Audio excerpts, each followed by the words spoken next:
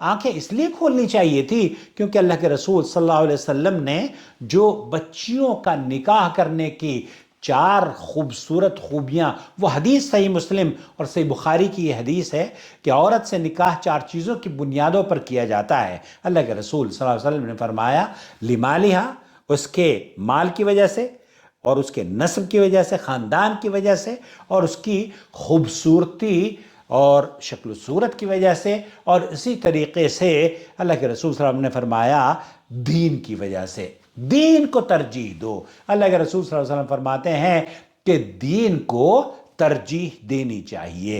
اسی طریقے سے لڑکے کے بارے میں بھی اللہ کے رسول صلی اللہ علیہ وسلم نے فرمایا ہے کہ اذا جاءکم من ترضون دینہ وخلقہ فزوجوہ، جب تمہارے پاس ایسا رشتہ آئے جس کا دین اور اخلاق تمہیں پسند ہو تو اس سے نکاح کر دو۔ تو یہاں غور کریں، یہاں نکاح کرنے کے لیے دونوں احادیث میں دین کو ترجیح دینے کی بات کی جا رہی ہے۔ اور دین کیا ہے؟ دین قرآن و حدیث ہے۔ دین کیا ہے؟ دین اللہ کے رسول صلی اللہ علیہ وسلم اور صحابہ نے جس منہج اور فکر کو اپنایا۔ اب ہم نے چونکہ بہت سارے مذاہب وجود میں آ گئے، بہت ساری آراء وجود میں آ گئی، ہم جب دیوبندی تھے سمینہ تو ہمیں یہ بتایا گیا کہ دیوبندی عقیدہ گمراہ کن عقیدہ ہے۔ ہم نے اسٹڈی کری، ہم اس نتیجے پر پہنچے کہ اہل حدیثوں نے یہ ہمیں صحیح بتایا ہے کہ دیوبندی عقیدہ یا حنفی عقیدہ، بہت سارے ایسے عقیدے ہیں جیسے کہ اللہ کو ہر جگہ حاضر و ناظر سمجھنا، یہ تو خطرناک عقیدہ ہے۔ اب ہم نے اس عقیدے کو سمجھتے ہوئے کہ شیخ ابن باز وغیرہ یا سعودی عرب کے علماء اور اہل حدیث علماء، ایون سعودی عرب کے علاوہ بھی پورے دنیا کے علماء یہ کہتے ہیں کہ یہ باطل نظریات ہیں، دیوبندی ہوں یا بریلوی ہوں۔ اب ہم یہ سمجھنا چاہتے ہیں جب ہمیں یہ کہا گیا کہ یہ باطل ہیں، ہم نے توبہ کر لی۔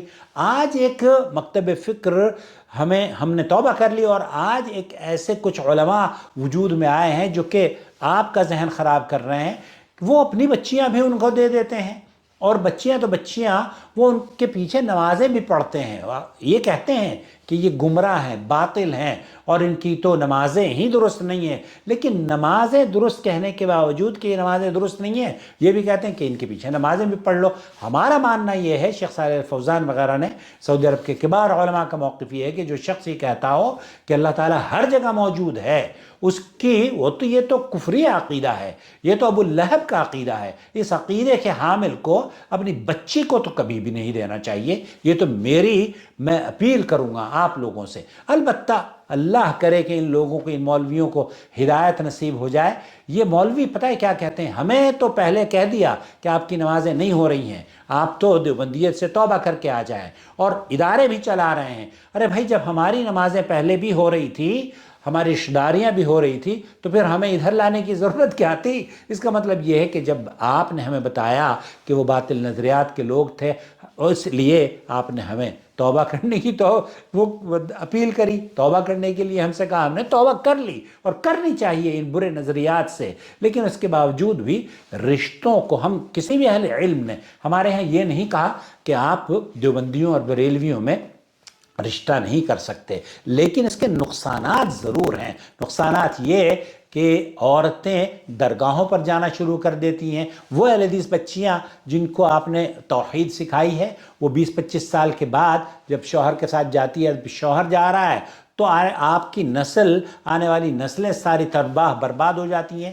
کلیر لے جائیں گے، اجمیر لے جائیں گے، نظام الدین لے جائیں گے، بابا پتہ نہیں کہاں لاہور والے دربار میں لے جائیں گے، سب جگہ لے جائیں گے۔ لیکن اگر یہ کہا جائے کہ آپ عیدگاہ لے جائیے تو کہیں گے نہیں، عیدگاہ ہمارے مذہب میں نہیں ہے۔ مسجد لے جائیے، مسجد ہمارے مذہب میں نہیں۔ نمائشوں میں لے جائیں گے، مسجدوں میں نہیں لے کے جائیں گے۔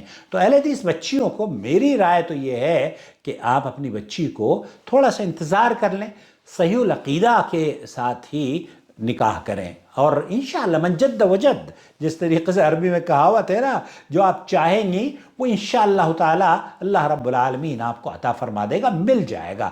تھوڑا سا دیر سویر ہوتی ہے رشتوں میں۔ میرے بچی کا میں نے جب نکاح کیا تو الحمدللہ میں نے بھی یہ اعلان کر دیا تھا۔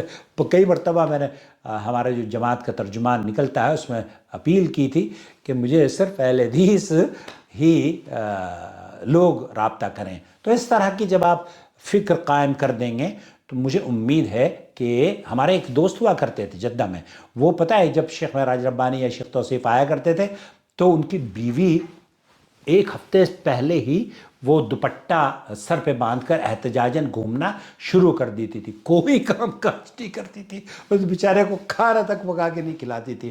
لیکن مجھے امید ہے کہ اب وہ ہدایت یافتہ ہو گئی ہوگی. تو ایسے اگر آپ اس طرح کی بچیاں لے کر آتے ہیں یا اس طرح کی اپنی بچیوں کو ایسے لوگوں کو دے کر جائیں گے تو انہوں نے طلاق دے دی، ان کے ہاں تو طلاق ہو گئی ہے، گھر برباد کر دیا ہے. اب روتے رہیے، لڑکی بھی روئے، لڑکی کا باپ بھی روئے، لڑکی کے سارے خاندان والے روئے.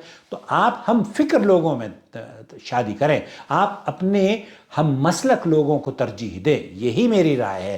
میری بات سے اگر آپ کو اختلاف ہے تو اس اختلاف کو اور درج کر سکتے ہیں کمنٹس کے ذریعے. لیکن میں اپیل یہی کروں گا کہ صحیح العقیدہ لوگوں میں، صحیح العقیدہ منہج کے حاملین میں اپنی بچیوں کے رشتے تلاش کریں. یہ برادری واد، بہاری ہے تو بہاری میں دیں گے، انصاری ہے تو انصاری میں دیں گے، فلاں نے کہا ہے تو پنجابی ہے تو پنجابیوں میں دیں گے. یہ نہایت ہی جہالت پر مبنی بات ہے. اللہ تعالیٰ ہم اہل حدیثوں کی حفاظت فرمائے، ہمارے عقیدوں کی بھی حفاظت فرمائے، اور ہمیں اور جو لوگ ہمیں دیکھ رہے ہیں، ہمیں آپ سے اللہ گواہ ہے، ہمیں آپ سے بے حد محبت ہے. لیکن ہم یہ نہیں چاہتے کہ آپ ابو لہب کے عقیدے پر مریں. ہم آپ کی اصلاح کے لیے جدوجہد کرتے رہتے ہیں، اور ان تمام ویڈیوز کو بنانے کا مقصد انما نطعمکم لوجہ اللہ لا نرید منکم جزاء ولا شکورا. والسلام علیکم ورحمۃ اللہ وبرکاتہ. مجھے بتائیے گا اس پیغام کو سننے کے بعد کہ آپ کو یہ ویڈیو ہماری کیسے لگی، اور اپنے حلقے میں اپنے علماء سے اسے شیئر کریں.